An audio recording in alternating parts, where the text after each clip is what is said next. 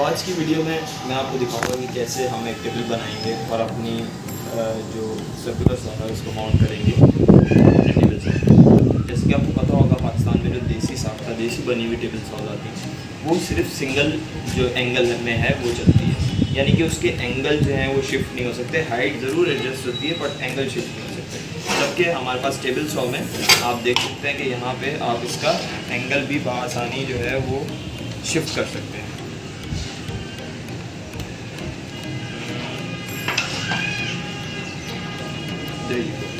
तो इसका angle बआसानी shift हो सकता है। तो ये हमारे लिए एक आसानी है कि मैं इसी पे ही एडजस्ट करूँगा और ताकि हम इसके जो है वो कट्स एंगल वाले कट्स कुछ हमने काटना हो तो मार सकें। हम इस जगह पे कोशिश करेंगे कि हम एक एक्सटेंशन बनाएं, एक्सटेंशन बोर्ड बनाएं जिस पे हमने अपनी सर्कुलर सॉ माउंट की हो और वो हम इस जगह लगा के जो है वो काम करें। तो आइए चलते हैं वीडियो पे।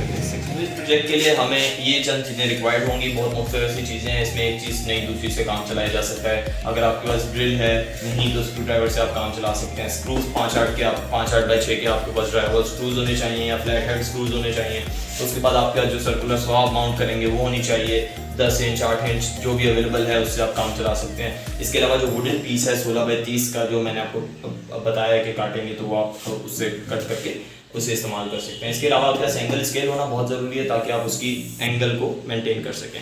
तो ये तमाम सर सामान हमारे पास यहाँ पे मौजूद है। आइए चलते हैं इसके नेक्स्ट हिस्से में और बनाते हैं। सबसे पहले इसके लिए हमें एक लकड़ी का पीस चाहिए। लसानी हो सकती है, लकड़ी हो सकती है। हमने एक लसानी का पीस लिया जो कि 16 बाई 30 जो है वो इंचेस का है। 16 बाई 30 इंचेस का इसलिए है क्योंकि हमारा जो पैनल है सर्कुलर सॉ का, जो हमारा कटर का पैनल है वो तकरीबन कोई 2.5 से 3 फीट तक बाहर निकलता है। बट जितना वो बाहर निकलता जाएगा उतना ज़्यादा उस पर टेंशन बढ़ती रहेगी। तो कोशिश ये की है कि कम से कम जगह पे हम वो लगाएं और जो हमने लेंथ मेजर की है वो लेंथ उतनी ही है जितने वो टेबल की लेंथ है। इसके साथ ही आपको इसके अंदर कुछ 5 बाई 8 इंटू 6 के ड्राइवर स्क्रूज चाहिए होंगे इस प्रोजेक्ट के लिए। बाकी अगर आप इसे रोटर से अपने पैनल को ग्रोव करके इसके अंदर मशीन लगाते हैं तो उसके लिए आपको रोटर भी चाहिए होगा, अदरवाइज आपको इसमें रोटर की ज़रूरत है सच नहीं है। तो आइए चलते हैं अगले हिस्से की तरफ और आपको प्रैक्टिकली दिखाते हैं कि ये काम कैसे करना है।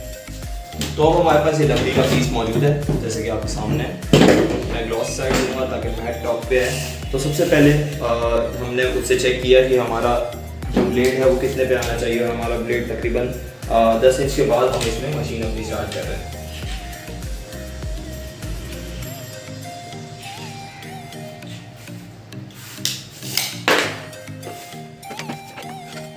एंगल में सेट करना है मशीन को।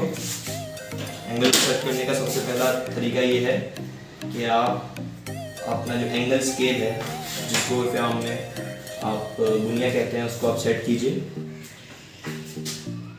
मशीन पूरी एंगल स्केल पे आपकी जो है वो एडजस्टेड आनी चाहिए, बिल्कुल उसके बराबर आनी चाहिए। उसके बाद जो होल्स हैं वहाँ पे आप इजीली मार्क कर दीजिए। तो जैसे अब आपके सामने है कि यहाँ पे हमारे पास 4 हमारे मार्क्स आ गए हैं जहाँ पे हमने मशीन को माउंट करना है। सिंपली उसमें सबसे पहले थ्रेड दे देंगे। तो जैसे आप देख सकते हैं कि अब इस पर थ्रेड दे दिए गए हैं स्क्रूज के लिए।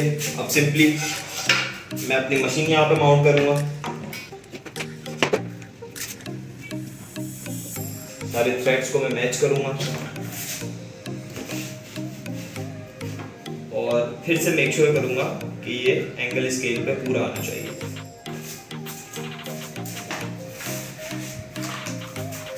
अब ये 5-8 के स्क्रूज जो मैं आपको बता रहा था कि 0.7 की जो लसानी है या जो MDF है उससे पास थ्रू नहीं होते। तो आप ये 5-8 के स्क्रूज इसमें इस्तेमाल कीजिएगा।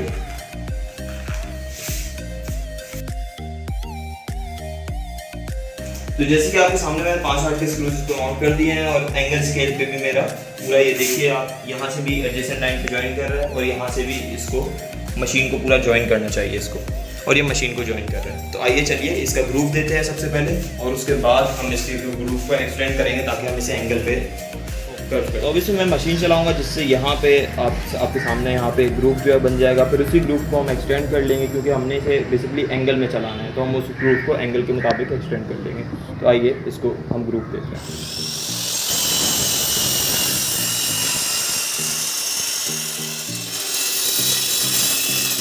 जैसा आपके सामने है, इसमें अब ग्रुप आ चुका है। अब इसको उतारेंगे यहाँ से मशीन को, और उसके बाद इसके ग्रुप को एक्सटेंड करेंगे। बस रोटर मौजूद है। अगर आपके पास रोटर मौजूद नहीं है तो घबराने की कोई ज़रूरत नहीं है। आप सिंपली इसको एंगल पे थोड़ा सा टिल्ट करके थोड़ा सी कटिंग स्टार्ट करेंगे तो ये खुद ही से उसमें हो जाएगा। बट हमारे पास एक मशीन अवेलेबल है तो हम इसे इस्तेमाल कर रहे हैं। रोटर में हम 10 mm की जो डी की बिट है वो ले रहे हैं। इस बिट को हम इस्तेमाल करेंगे और कोशिश करेंगे कि इससे हम अपना जो ग्रूव है वो बड़ा कर सकें। तो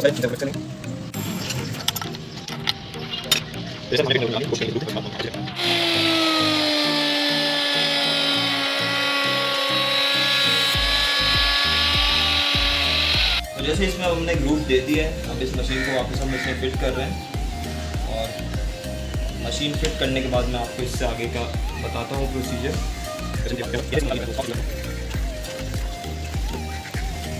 इसको पलटते हैं और इसे इस्तेमाल करके चेक करते हैं। देख सकते हैं आप सामने से हमने माउंट कर दिया है। और अब इसमें ये जो ग्रुप है ये आपको इतना बड़ा इसलिए दिख रहा है क्योंकि हमने इसे जो डिज़ाइन किया वो सिर्फ इसलिए डिज़ाइन किया ताकि ये 45 डिग्री तक चला जाए। इस ग्रुप के साथ ये 45 डिग्री तक बासानी जाएगा।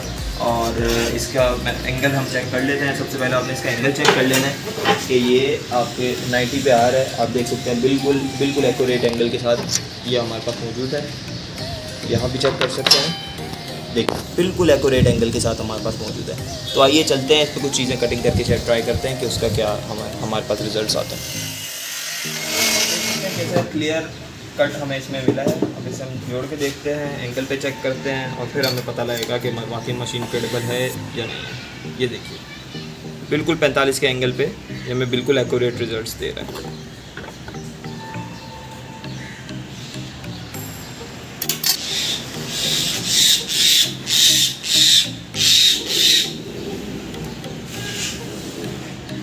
बहुत शुक्रिया वीडियो देखने का। अगर वीडियो आपको पसंद आई हो तो लाइक शेयर ज़रूर कीजिएगा। और कोई भी आपके इस हवाले से क्वेश्चन हो तो कमेंट सेक्शन में ज़रूर पूछिएगा। Thank you very much.